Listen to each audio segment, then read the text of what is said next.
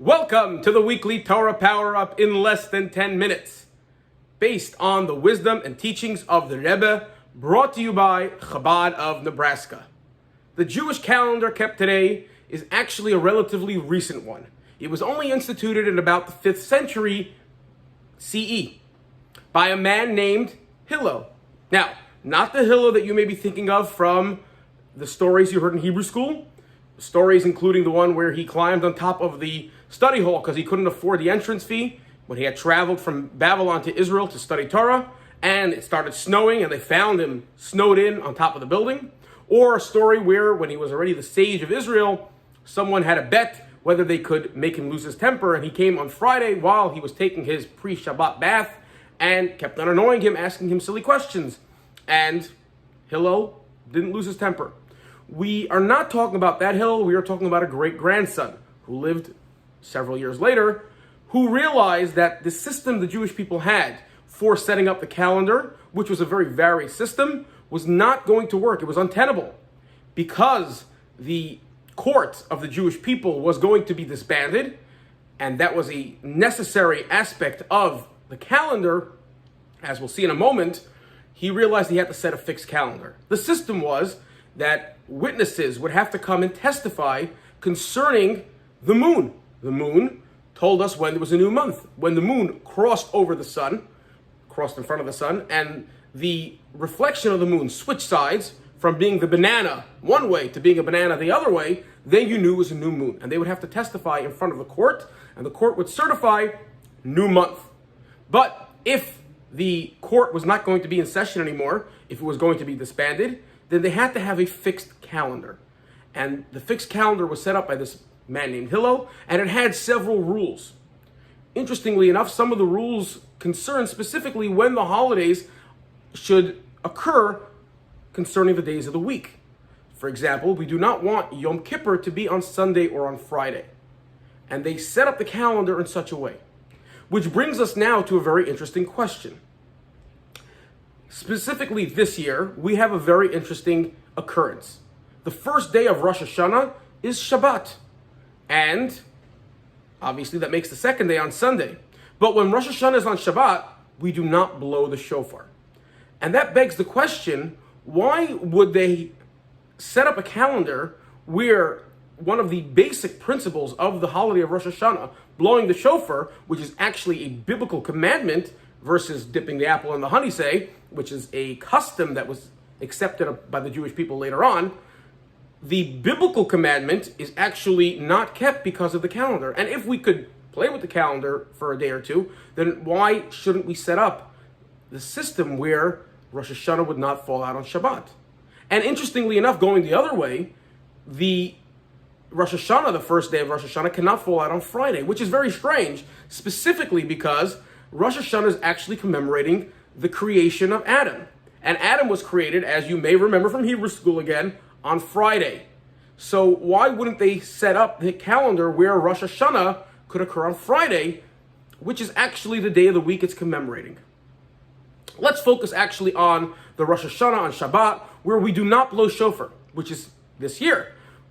We'll have Rosh Hashanah on Shabbat. We will have the entire holiday services. We will do all the prayers. However, we will not blow the shofar. Again, a biblical commandment.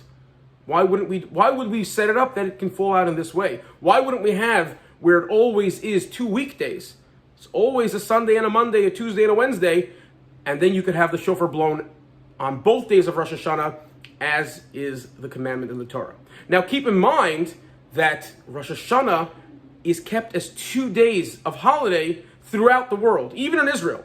And even in the time of the temple, they kept 2 days of Rosh Hashanah, versus all the other holidays, which we now in the diaspora keep 2 days of, all of the biblical holidays. However, in Israel, there's only 1 day, and in the times of the temple, there was only 1 day. You can definitely discuss with the rabbi why Rosh Hashanah is always a 2-day holiday versus other holidays which weren't always and as well Rosh Hashanah is everywhere a 2-day holiday versus the other holidays which in Israel would only be 1. So let's focus on this Rosh Hashanah being on Shabbat. And if you take a deeper look at how Rosh Hashanah works and what the service of the shofar represents, it actually brings out a very, very powerful message. The service of the shofar, the mitzvah of the shofar, of blowing the shofar, represents the Jewish people's work, physical work being put into the cosmic creation of God, by God. God creates the world and gives us everything that we need. However, he requires of us to do some work, to put some effort into it.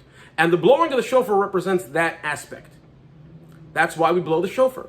Now, on the 2 days of Rosh Hashanah, actually, the first day represents a much more cosmic and spiritual and godly aspect of it, versus the second day, which represents more of the our effort being put into it.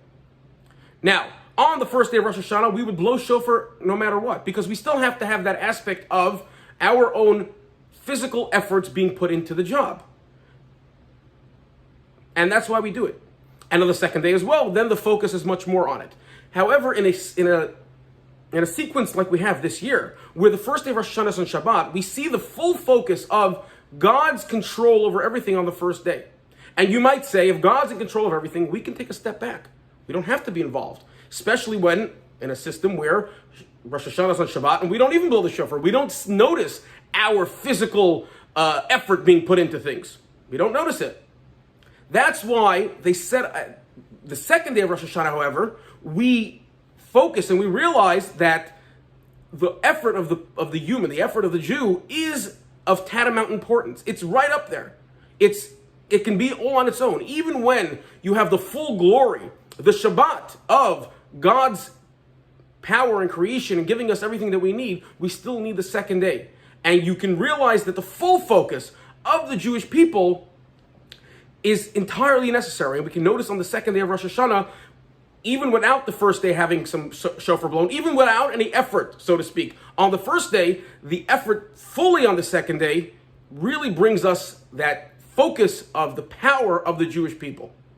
A very important lesson for us all, and something that we can really focus on during the prayers of this Rosh Hashanah, and specifically while we're listening to the shofar being blown, however it is that we managed to do it this year. You can take this lesson and kind of focus on it and really give you some energy and something to live with. I'd like to ask you all, if you have any questions, please leave them in the comments on this video or any other video. Please share this video with all of your friends so they can also see the weekly Torah Power-up. Subscribe to this channel. That way you don't miss any other Torah Power-ups of any week, and have your friends as well. And like the video. And have a great week. And we will see you next year after Rosh Hashanah.